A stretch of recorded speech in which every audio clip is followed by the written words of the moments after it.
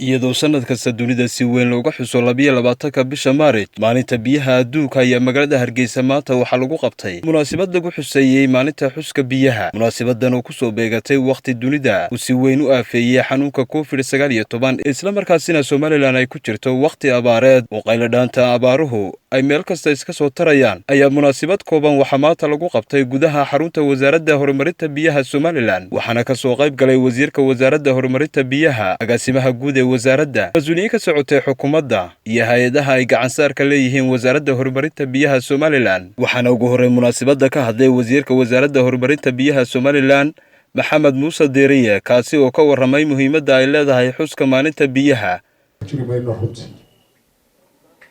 wala inala yaabo marka qaado 6 bilood gudaheed ayaynu mar roob ka cabareynaa muxuu ahaa biyo la'aan inagoo ogsoon jilaalkii inuu sii soo socdo ayayna waxba u sii kaydsanayn oo aynu maalinta ka dambaysa odhanaynaa haya gaarsaar iyo halana soo gaadho hala isku dayo wasaaraddu intii halkan tiradii agaasimaha guud ka sheegay haddii ay tahay ceelasha dhaadheer haddii ay tahay dhaamamka iyo haddii ay tahay ceelasha gaagaaban muddadii ay wasaaradani jirtay 30 sano ee soo dhaafay iyo intii ay dawladdan muxuu hoggaan garwadeenka ka yahay mudane Muuse Biixi Cabdi ayuu inoo kala sheegay intii la qoday 480 borehole way waxaynu u baahannahay kos badan bay nagu tagaan ceelasha dhaadheer ee la qodayaa tirada laga soo cawday ama laga soo qayliyay ee la sheegay inay ama bamkii ka xun yahay ama mashiinkii ka xun yahay tiro yar maaha ugu yaraan kala badh hadda gurmadkii waa gaadhay oo ceelashii waa loo muxuu ahaa hadduu bam ahaana waa loo geeyey hadduu mashiinku ku xumaadayna waa loo salaxay waa loogu xidhay inta kalena waa wadnaayo usbuucan haddii la idhaahdo in badan baanu haddii la idhaahdo muxuu wax ka qaban doonaa waxaase loo baahan yahay ceelasha dhaadheer kooska badan marka hore inagu tegaya mar labaadkana gurmadka badan inooga baahan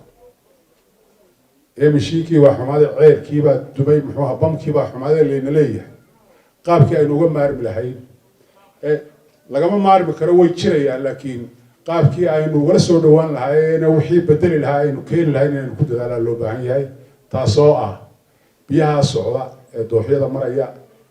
ee marka hore dusheena ku daayay inaan waxba kala hadhayn mar labaadkana intay dooxa ku dhacaan wadooyinka inaga burburinaya ee tagaya badda qaabkaynu ugala soo hadh lahayn baa loo baahan yahay tiraba ugu yaraan ilaa 18 dhaam weeyaan baan u maleynayaa muddadii ugu dambeysay inta la qoday ee dalka gudihiisa koona ilaa koona ah may sugina sanadkan roobkiisa aynu eegaynaa haddii la yidhaahdo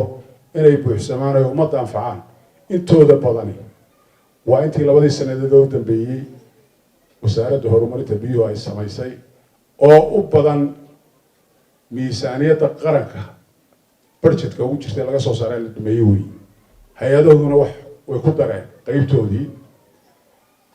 waxaanu u baahannahay maanta waxa weeye waa koow gurmadkaas aynu uga qayb qaadan lahayn oo aan farayo dhammaanba hay'adaha hadday internationalka yihiin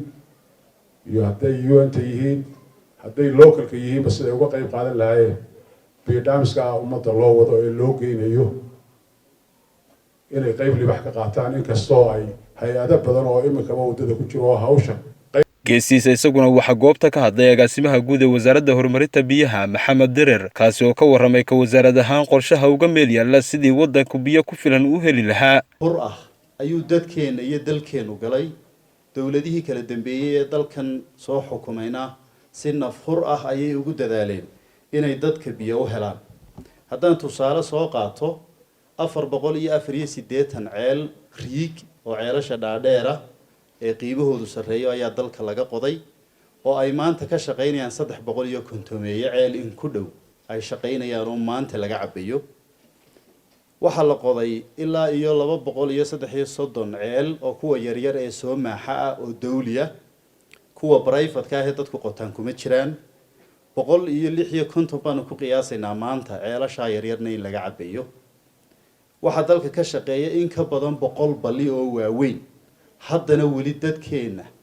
ayaa ka badan dhulkeena ayaa weli ka ballaaran dadaalka faraha badan ee dadkeena iyo dalkeenu galeen waxaan doonayaa inaan tilmaamo marxaladan abaarta ah ee aynu ku jirno oo soo bilaabantay bishii December sanadkii hore oo imika muddo 3 bilood ama 4 bilood abaartaas ay taagneyd oo siyaabo kala duwan ay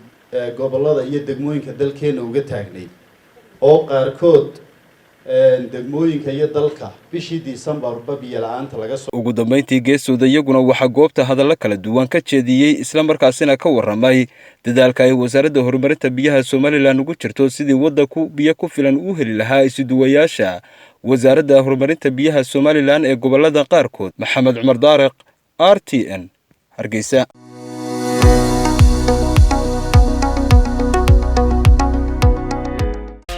ku xirnow IBS Bank goob kasta iyo goor kasta adigoo isticmaalaya IBS Mobile Banking degso application-ka oo isticmaal adeega IBS Mobile Banking si aad u isticmaasho application-ka fadlan kala soo deg Google Play ama App Store-ka ku qoro IBS Mobile Banking kadibna guji install si aad ula soo degto app-ka haddaba ka isticmaal teleefankaaga adeegyada IBS Bank